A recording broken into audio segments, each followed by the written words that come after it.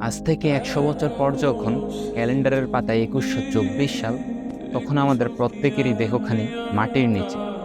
আমাদের অস্তিত্ব তখন রুহের জগতে। ইতিমধ্যে আমাদের সেই পছন্দের বাড়িটা হয়তো পরবর্তী প্রজন্ম ভোগ করছে।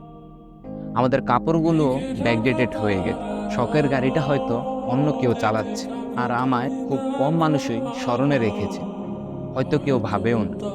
হাতে তাদের সময় নেই। যাদের জন্য এত কিছু করতে করতে নিজের জীবনটাই শেষ করে দিয়েছিলাম।